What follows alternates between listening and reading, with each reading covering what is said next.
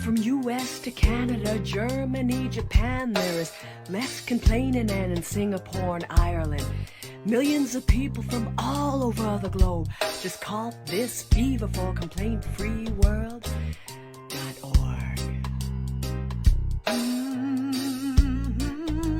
And we sang no more complaining people, their lives are changing. Good morning, everybody. Welcome to Wednesday. Glad to be here with you on this beautiful day. Actually, today is not Wednesday. Today is Monday. And we are going to be talking about, let me find it here, upgrade your soul. Yes, that's exactly right. I wanted to make sure I had the right content on the right day. Good morning, good morning, good morning. Everybody be sure and check in. Say hello. Tell everybody that you are here. Tell us where you are. Tell us what the weather's like. Tell us something good, to quote Shaka Khan. Tell me something good. Tell me what's going on. I tell the story in my book, Happy This Year, about a man who worked for my grandfather, and everybody liked to come up and talk to him. His name was Willie, and he worked in my grandfather's hardware store. And everybody wanted to deal with Willie because Willie, whenever somebody would come up to him, he didn't say, hey, how's it going? Or, what can I do for you?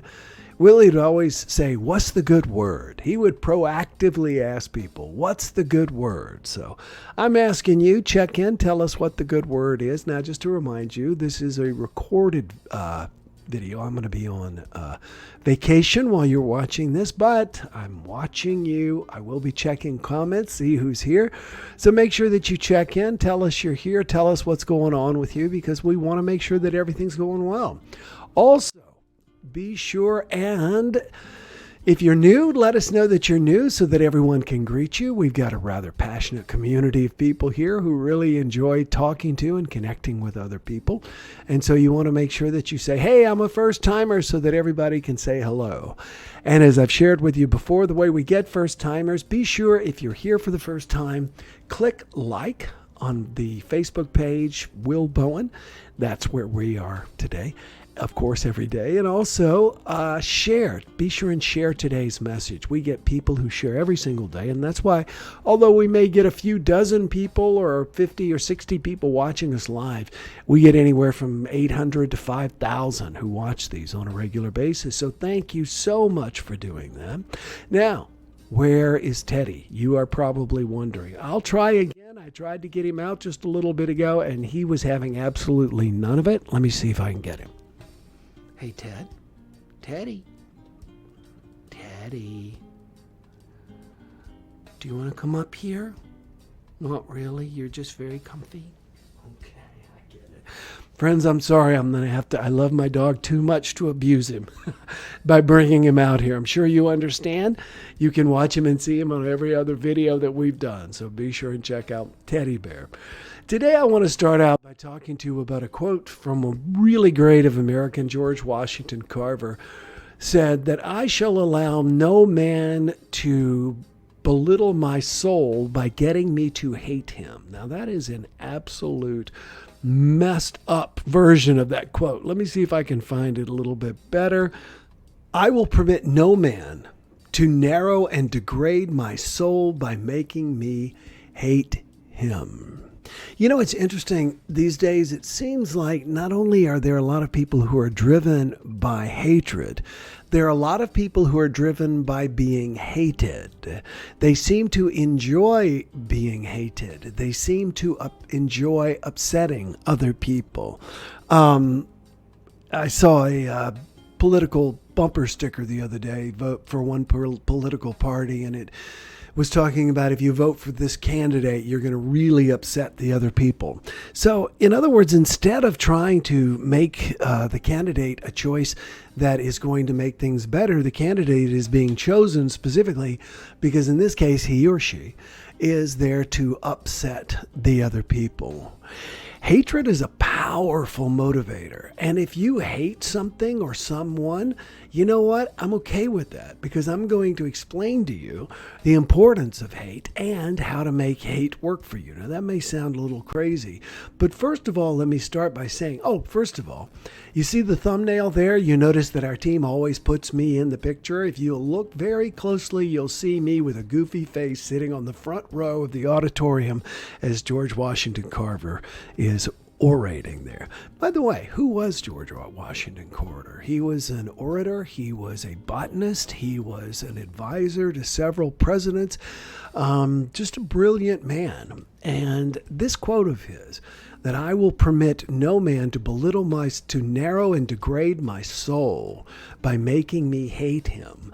What I wanted to do was, instead of degrade, let's take and say upgrade. How do we upgrade our soul? If hatred degrades our soul by when we hate other people.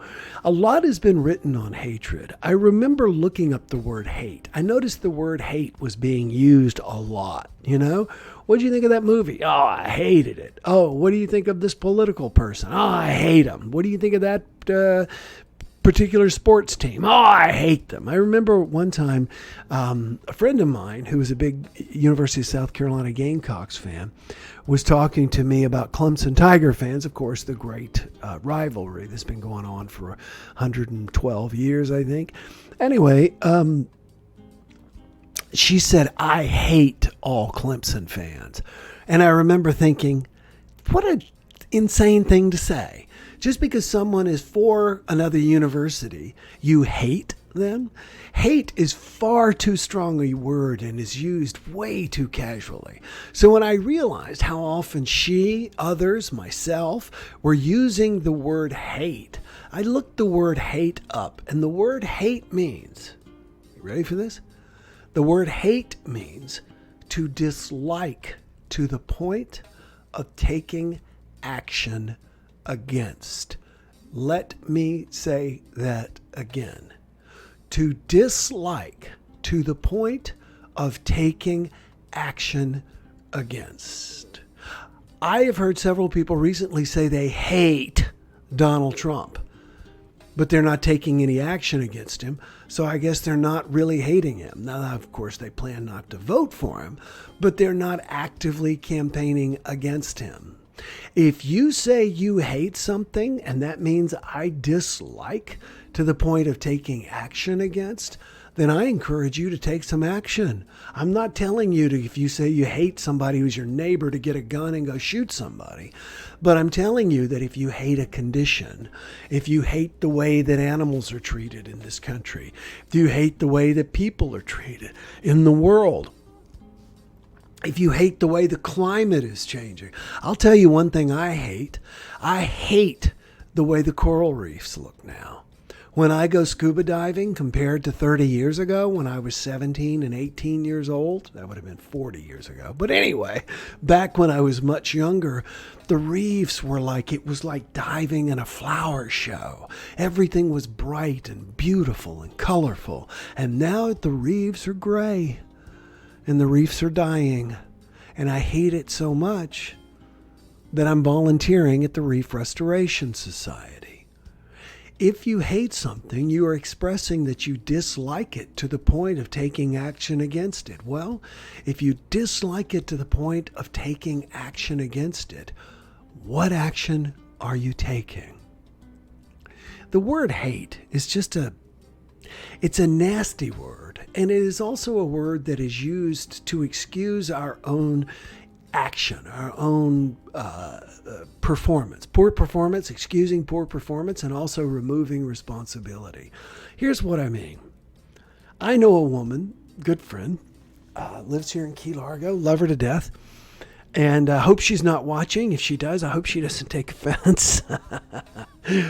But this woman every single day posts the most vociferous political things on Facebook every single day. And I've even asked her, I said, what are you hoping to accomplish with this? And she says, well, I'm hoping to get people who feel differently than I do to change their minds and to feel like I do when it comes to politics and etc. And I said, but you realize with people's confirmation bias, you're not going to get people to change their minds. You simply are not. By posting all these negative things, you're only going to get people to dig in deeper to their own opinions, and you're going to get them to dislike and want to attack you. But you just could not get this woman to understand it. She hates the President of the United States right now. Okay, fine, as I've said. But reposting things over and over and over again and posting negative comments about Donald Trump on social media, that's not taking action against him. That's sitting around and bitching and complaining. It really is. It's removing yourself from responsibility. And again, I love this person. If she's watching, remember that. I just want to remind us all, and I'm using this as a metaphor because I think we're all guilty of this. And that is, instead of doing something, we sit around and we complain. You know, it's been said many, many, many times. It's better to light a single candle than to curse the darkness. Most people spend their lives cursing the darkness in this world and do nothing to light a candle. I want to invite you to light a candle. If there's something in this life and in this world that you don't like, I know a woman in Kansas City who is all about abortion rights. She's in her 80s, and she spent her life fighting for abortion rights. And she absolutely hates the way a woman's right to choose is being diminished in Missouri. Does she sit around and gripe and complain about it? No, she is out there on the front line. She is doing everything she can. She is working to get politicians elected who are going to protect a woman's right to choose, etc. In other words, she's not just sitting around to complain to remove herself from responsibility. Remember, as I've shared with you before, and sort of the core teaching, if you read my first book, A Complaint-Free World, you'll read that people complain for one of 5 reasons, as remembered by Gripe, gripe. Gripe. The G in gripe stands for get attention. People complain simply to get attention. Now, in the context that we're talking about, I want to say that people complain to remove responsibility. People complain to remove responsibility because they don't want to take any sort of action. Rather than doing something, people convince themselves that they're doing something by simply complaining. They're not. They're just making things worse. So if you're going to use the word hate, which I would strongly discourage you from using quite so often, because words have meaning and words have power and words are causative. It was one of the things I learned in ministerial school. Words are causative. In other words, things are caused by our words. That's why, yes, we have a First Amendment right to express our point of view. However, if our point of view is that there's a fire in a movie theater and there's no fire in there, we cannot do that.